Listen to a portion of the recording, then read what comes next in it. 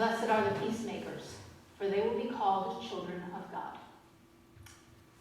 Well, over these past 6 or 7 months, I have had many conversations with folks who are asking a variation of the following question.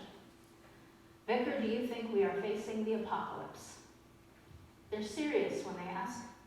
They see natural disasters and violence in the streets, clashing moral visions, extreme poverty, fires and floods, and a worldwide pandemic. They wake up each day to the next new tragedy, the next new horror. So is this it? They ask. Are we looking at the end of the world, or at least the end of the world as we know it? And while I do not think that we are in what some Christians and others call the end times, I do think that we are at the end of the world as we have known it. Last year at this time, my life was very different than it is today. Last year on this day, I was preparing to conduct a benefit concert with over 100 singers. Today, our small choir can't even gather to sing together. Last year, I was getting ready to gather with fellow Episcopalians from around the diocese for our yearly convention and confab. This year, our convention will be virtual and will last 2 hours rather than being spread over 2 days, and we will not be able to worship together. Last year, I was preparing for a vacation in Disney World. This year, there are no such trips, not even a long-planned family reunion at Thanksgiving. Last year, I went out to dinner occasionally. Last year, I even went to a party. Okay, 2. This year, I stay home and Zoom. And these are just some of the bigger things that have changed. Last year, I could just stop by the grocery store on a whim to see what looked good for dinner that night. Last year, I drove all over the state to have meetings with people in person. Last year, I shook hands with virtually everyone I met, and I hugged friends when I saw them. Last year, I looked forward to going to church each weekend and seeing your beloved faces. This year, all of that has changed. This year, my world has been turned upside down. All of our worlds have been turned upside down. We now know the value of things that we had always taken for granted.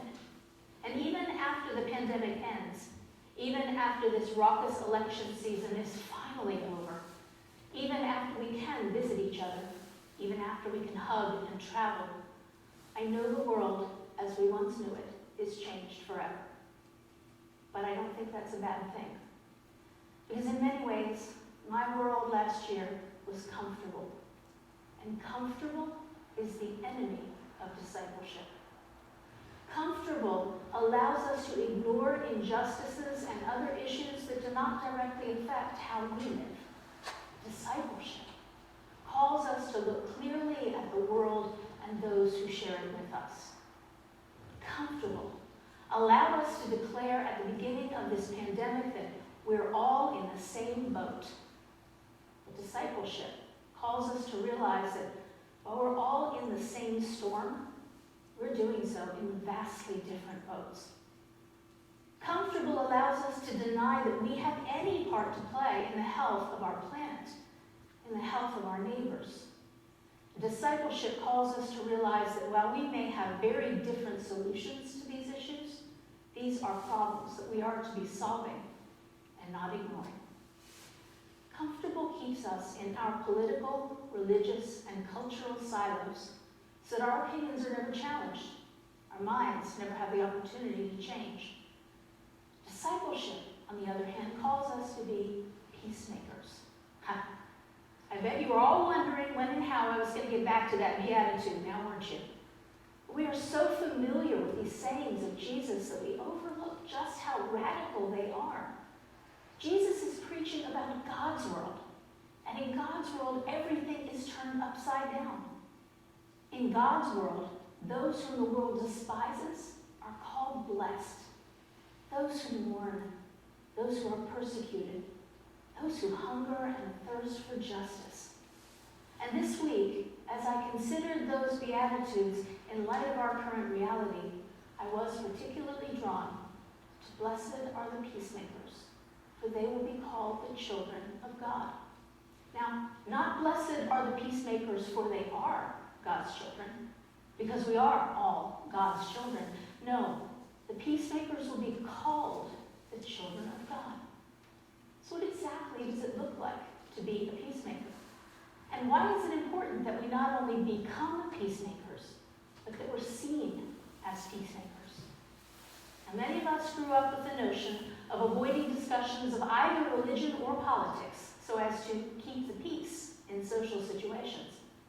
But you know what? Religion and politics are among the foundational issues of us as human beings who live with other human beings in communities in a society. So we have done ourselves a great disservice by sticking with banal topics rather than risking important conversations. We don't know how to have those important conversations with each other. We've forgotten how to talk about real issues as children of God speaking with other children of God, as speaking with children of God as peacemakers. Being a peacemaker is not about glossing over reality. Peacemakers do not avoid disagreements or conflicting ideas. No, peacemakers find a way to talk with those with whom they disagree in an atmosphere of love and respect. Peacemakers give up comfortable in order to effect change. No matter our differences, we hold many things in common. We all want to feel safe and respected. We all want those we love to be healthy and happy. We all want to access clean water, good food, safe housing. And we all want to do better than just getting by. We want friends who care for us and friends that we can care for. And we all want to believe that things will get better. And we want to believe that we have the power to affect our own lives and the lives of those around us. When we start a conversation thinking of those things that we have in common, we are better able to connect with another despite our differences. Have you ever been around someone who has that skill set? Someone who is always able to find a point of commonality and build a relationship by starting from that point? I have, many times over my life. These are not passive people. They are not people who gloss over differences. Rather, they take for granted that the person they're talking with has good intentions. Conversations begun with that premise will almost always end up to be wonderful. This world needs peacemakers today. And the world will need peacemakers for the foreseeable future. Over these past decades, our nation has become more clearly divided. Yet despite what we hear, those divisions are not getting worse. Rather, those divisions are being revealed to those of us who were in a position to be able to ignore them before. And no matter how this next election turns out, we will still be a nation that is deeply divided. It doesn't have to stay that way. What if, rather than politicizing issues, what if we use the language of some womanist theologians and politicize tenderness instead?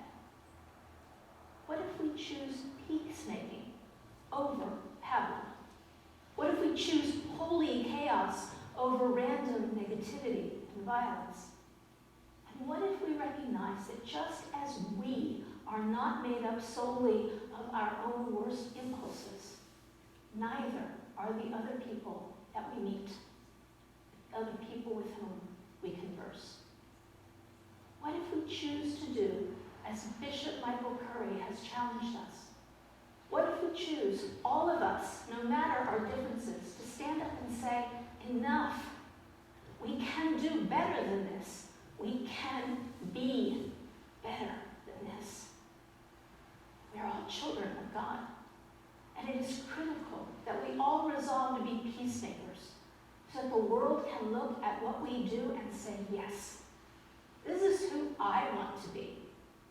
Yes, this is what I want the world to look like. Yes, I will join with you to make sure that happens. Blessed are the peacemakers, for they will be called the children of God. In the name of the one holy